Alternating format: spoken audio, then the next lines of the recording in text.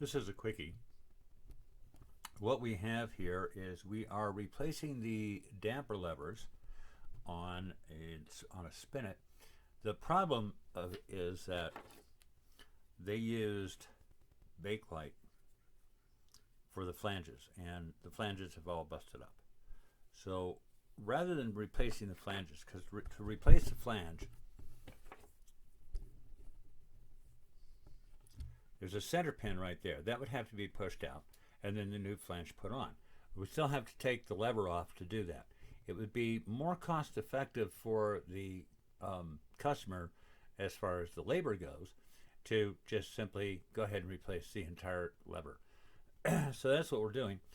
What I want you to notice is that the lever has a slight bend in it. Different levers have more or less bend. Notice that this one also bends slightly this way.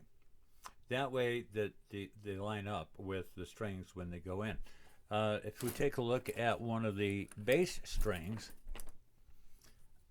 bass levers, see that deep bend right in there? Okay, and then a little bit there. What we want to do then is we're going to have to shape each new lever. The new levers, and here's one here.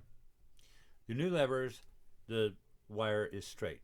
So what we'll do is we would just simply go ahead and match this to the old lever and go ahead and do that and shape it. Let's go ahead and just set this here for the moment and see if it'll stay put long enough for me to do this.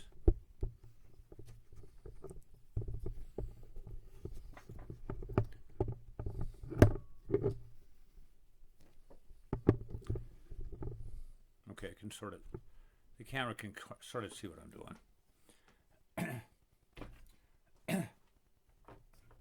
This is the number 42 lever. And if we look, we've got this bend. It's a pretty deep bend right in there. So what I want to do is I want to match it up. I'm going to match it up just like this, okay? And then I'm going to put one on top of the other. And it's easier if I just put the new one on top of the old one, thusly. Line them up and hold that lining. And now, when I line this up, I can see, whoops, there we go. I can see where the old lever, where the wire from the old lever bends outwards and inwards and moves around compared to the straight here. And then all I have to do is go ahead and bend that. Now my first bend is that this lever tends to go off slightly here.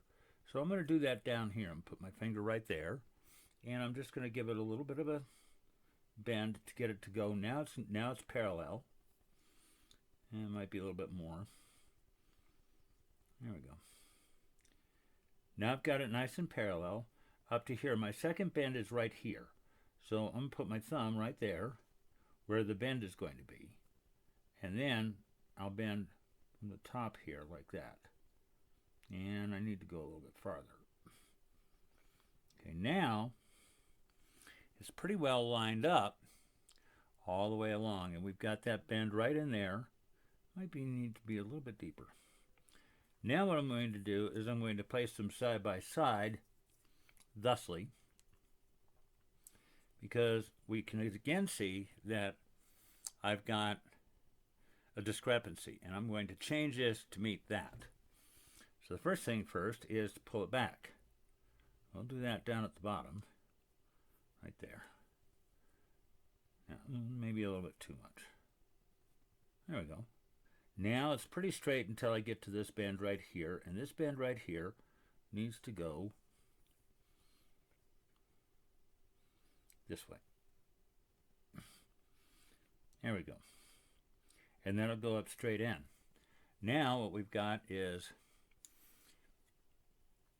we've got them both bent, okay, there, and we've got pretty much good, they're both about the same there. Now what I want to do is I'm going to take off the damper head, a little tiny screw. just loosen it up enough to pull this thing off. Loosen up a little bit more. There we go.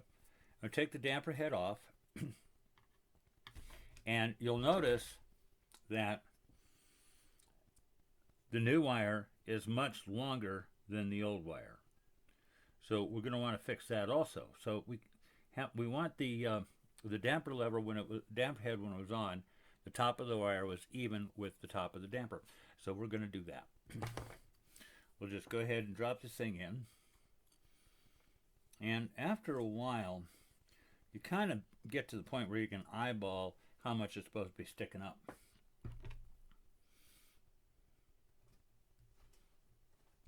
And tighten it down just enough to where it stay put, because we're still going to fiddle with it just a little bit more. Now all I want to do is take a look at my height, and that's just about where I want it. Might be a little bit too high, but that'll be fine. And we're basically done. I won't clip these off until I put them into the piano. Once I put it in the piano, I'm still going to have to make some small adjustments so that the dampers hit nice and even on the strings. So I'll have to travel the hammer and see where it hits on the strings. And I'll make a few adjustments in the bend here and here. And then I can use my clippers and just clip off the top of that wire. You will notice that everything gets marked. This is the old lever, and it says number 42. I'll be able to keep the old lever because later on I can get flanges that fit on these levers. But like I say, I was trying to save the customers some money on this. So I can get the flanges on my own dime, and put them on, and that way I will have a set of dampers ready to go for the next one. That can go into a tub then. I numbered the damper itself, the damper head, and now I want to come down here and I want to just label 42 down here at the bottom. Okay, and we're done. Later on, we'll put these back in. I've got other things to do with this particular piano because we've got a little hard to see them here, but the hammers themselves, let's see. The hammer flanges are Bakelite, and the whipping flanges, you see the whipping flanges here. The whipping flanges are Bakelite, they all have to be changed. The hammer flanges are also Bakelite, they all have to be changed. So that's the project.